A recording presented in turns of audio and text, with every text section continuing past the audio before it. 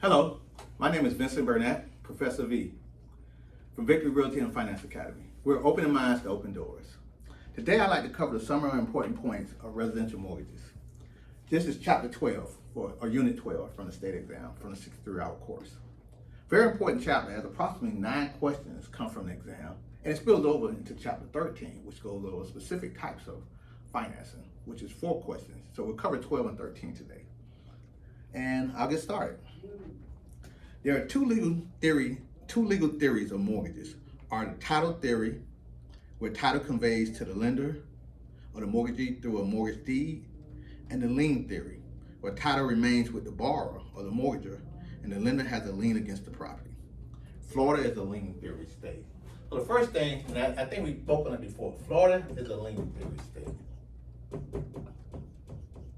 You have lien theory, title theory. Okay? Most states in Florida, not only Florida, but most states throughout the country are lien theory states. Basically, as I say, banks don't give mortgages, they give loans. The borrower is the mortgagor. The borrower is the mortgagor. The lender, or the bank, is the mortgagee. The borrower or the purchaser. So what is a mortgage? The mortgage is pledging a security interest in the property. The borrower gives his interest to the lender, the mortgagee. In a lien theory state, the lender, the mortgagee, receives that interest from the borrower, and the borrower has title to the property. The borrower pledged their security interest via the title that they have to the mortgagee, and the mortgage serves as a lien against the property. In a title theory state, it's similar to the way we do our cars. In a title theory state, the borrower has an equitable title in the property, but the lender actually retains title through a deed of trust or through some sort of, or a trustee. And the mortgage obviously is recorded against the property. And once the borrower pays off the mortgage, then the buyer acquires title through satisfaction of the mortgage. Similar to the way we do our cars. You own your car, you can drive your car, etc. But you really don't get title to your car until you make that last payment and the bank mails you the title in the mail. Title theory states, similar to the way cars, similar to some degree from the legal aspect in Florida. But probable question, from what I've seen, what type of state is Florida? Lien theory state.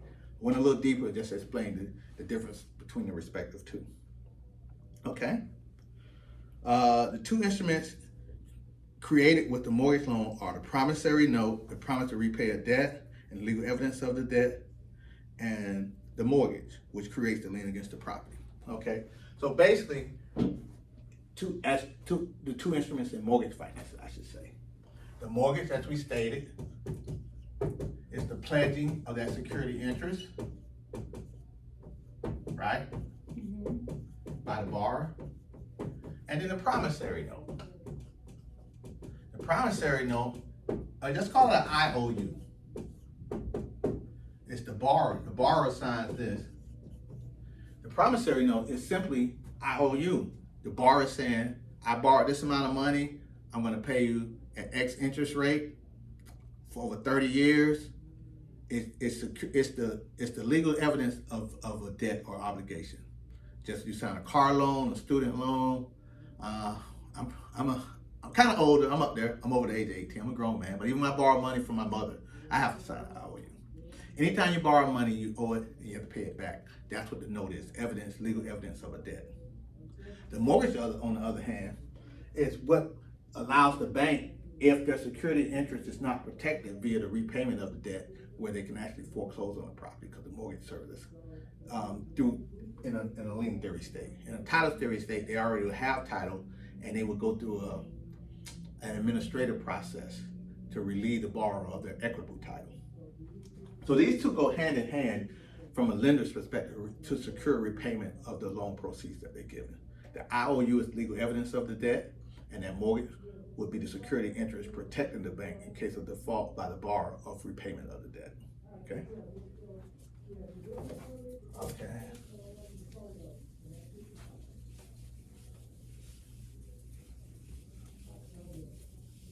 Okay. From there, once the borrower has repaid the mortgage loan in full, the mortgagee executes and records in the public records a satisfaction or a release of mortgage to remove the mortgage lien. Florida statutes require that the mortgagee send the recorded satisfaction to the mortgagor within 60 days. Not sure where the question may be, but the key, I do want my satisfaction. What is a satisfaction of mortgage? Satisfaction. Satisfaction of mortgage, the borrower has satisfied the mortgage. The borrower has paid off, it's the payoff for the mortgage. Okay, as we know, the mortgage is recorded in the county courthouse where the property is located, providing constructive notice to everybody, letting them know that there's a lien against the property, or from a lender's perspective, we have a security interest in the property. Just as the bank will go down and record that mortgage, once the Florida law states when that borrower pays it off, that lender must go down there within 60 days and record that satisfaction of mortgage.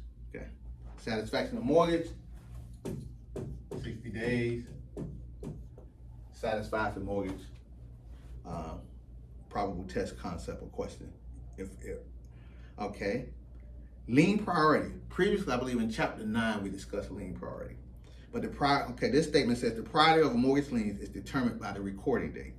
The oldest recorded mortgage has the highest priority, and it's the first mortgage. Later recorded mortgages have lower priority and are called second mortgages or third mortgages or junior mortgages, etc. Lien priority, so two things from chapter 9, which we already know, lien priority is established by time and date of recording. Okay, the first mortgage, the oldest one is the first mortgage, second mortgage, etc. Not by the loan amount, not by the size of the amounts of the mortgage. Another concept I'm skipping, I'm not sure if I see the clause here in your package, but I'm sure it's in the book. It's subordinate or subordination agreement. Subordination agreement. Subordination or subordination agreement. As I stated, lien priority is established by time and date of recording. However, not often, but there may be some occasional times where if a mortgage is in a second position, first mortgage, second mortgage, etc., and the borrower pays off the first mortgage. Now that second mortgage is now the first mortgage, obviously. But the borrower wants to borrow some more money. And let's say that's, okay, I'll give some numerical examples. 500K first mortgage, 100K second mortgage. Not because of the loan amount, but simply because that the first mortgage was recorded first. Now let's say the borrower pays off this first mortgage, getting ready to pay it off through some degree of refinancing. Or maybe, yes, and let's say this interest rate is 8%. And this was 10%. And let's say, not even pay it off, but the borrower, lender, for whatever reason, right now rates are pretty low. And the lender says, look, Mr. Borrower, you're at 8%. We'll switch your rate. We'll give you a new mortgage and we'll absorb the closing costs and whatever case may be at 4%. Right? And it's the borrower's, and in order to do that, we're going to have to close out this first one at 8% and record a new mortgage at 4%. Okay? And the bank has one condition. In order to do this, we're in first position. We want to stay in first position. So the minute they pay off this 500K, who becomes first? This 100.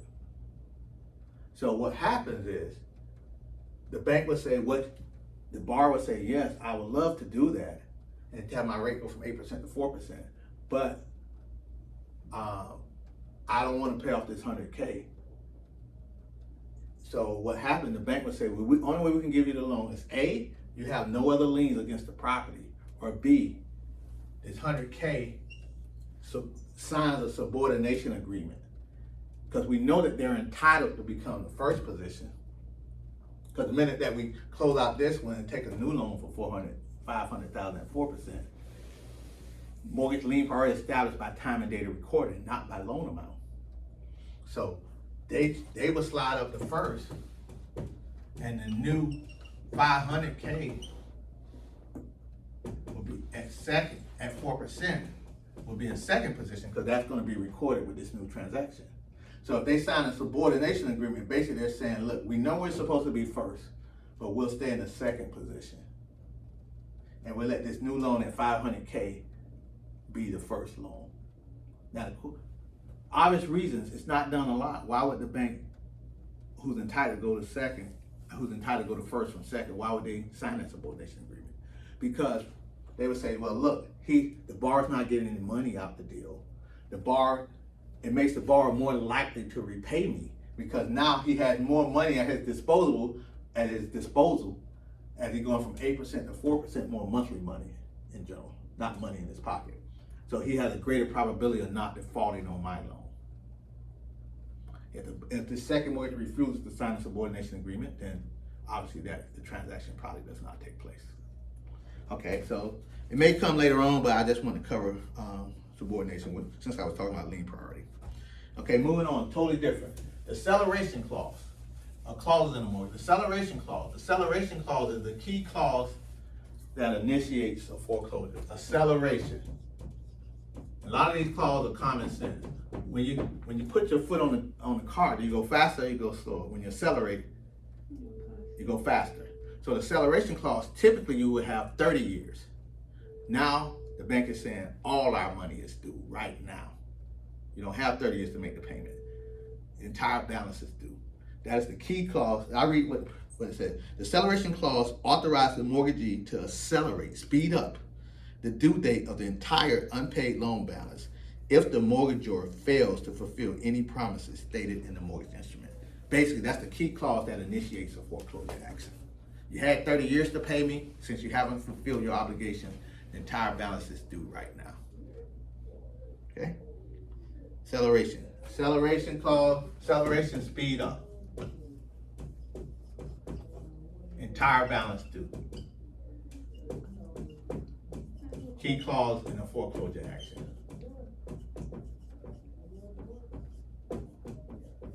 Okay?